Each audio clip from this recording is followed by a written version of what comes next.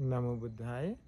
श्रद्धावान पुण्यवान उपासक उपासिका ने दीक्षा भूमि में बोधि वृक्ष के पास हम लोग विशेष बोधि वंदना प्रोग्राम अरेंज किया।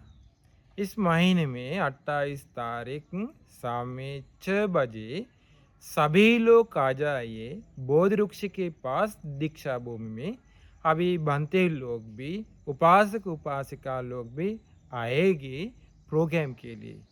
किसी को इच्छा है तो मेरा आशीर्वाद के लिए वो उपकार हो जाएगी, निर्वाण पाने के लिए मुझे पुण्य मिलेंगे।